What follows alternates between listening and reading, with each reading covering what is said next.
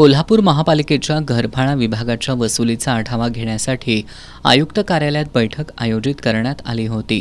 यावेळी आयुक्त डॉक्टर राजेंद्र भारुड यांनी चालू आर्थिक वर्षातील वसुलीचं उद्दिष्ट पूर्ण करण्यासाठी तात्काळ वसुली वाढवण्याच्या सूचना दिल्या।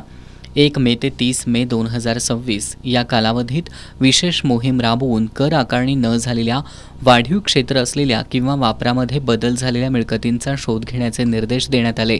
नागरिकांनीही अशा मिळकतींबाबत महापालिकेकडे माहिती आणि अर्ज सादर करावेत असं आवाहन करण्यात आले। चालू वर्षासाठी 120 कोटी रुपयांच्या वसुलीचं उद्दिष्ट ठेवण्यात आलं असून 30 जूनपर्यंत 50 ते 60% वसुली साध्य करण्याचं नियोजन आहे। महापालिकेकडून देण्यात येणाऱ्या 6% सवलत योजनेची व्यापक प्रसिद्धी करण्याचेही आदेश देण्यात आले। दरम्यान घरफाळा विभागाचा दर 15 दिवसांनी आढावा घेतला जाणार असून चांगली कामगिरी करणाऱ्या कर्मचाऱ्यांचा सत्कार करण्यात येईल। थातुरमातुर काम केल्यास कारवाई करण्याचा इशारा आयुक्त डॉक्टर राजेंद्र भारुड यांनी दिलाय। आणि जर ह्या लोकांनी जर काम नाही केले तर नेक्स्ट शो यांचे पेमेंट तुमची इतकी चांगली आणि मला हेही माहिती तुम्ही कधीपासून काम करताय तुम्ही कधीपासून काम करता? आम्ही 4 वर्ष सेम वॉर्डमध्ये?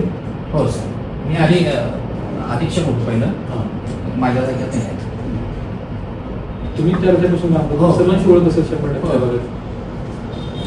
बरोबरीचा अवेअरनेस करा, आयसीटी आय डोंट केअर।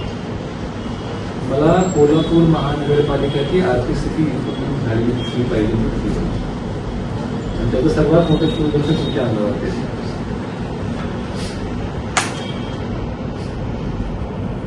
तुमच्या पुढच्या मिटिंगला मी तुमच्या सर्वांच्या प्रॅक्टिकल अडचणी जाणून घेईन, परंतु मला पुढच्या मिटिंगला सर्व प्रेझेंटेशन 500च्या आतवाले किती आहेत, 1000वाले किती आहेत, डिफॉल्टर किती आहेत, पेनल्टी किती वसुलेला आहे, डिफॉल्टर जर नाही तर कसे होतं, what is the procedure, how to go आहे तुमचं क्लिअर माल।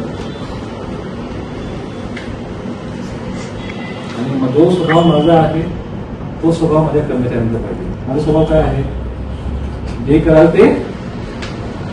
कराल ते बेस्ट करा, हातून काम नाही करायचं। तुम्ही लोकांनी तुमचं बेस्ट काम दाखवा आणि तुमच्या ऑफिसवर सर्व कर्मचाऱ्यांनी प्रत्यक्ष क्षेत्रात फिरून नव्या मिळकतींची नोंद करावी, परवानग्यांची तपासणी करावी आणि नागरिकांना SMS आणि व्हॉट्सअपद्वारे माहिती देण्याच्या सूचना देण्यात आल्या। बैठकीला अतिरिक्त आयुक्त शिल्पा दरेकर, कर निर्धारक आणि संग्राहक सुधाकर चल्लावाड यांच्यासह अधिकारी आणि कर्मचारी उपस्थित होते।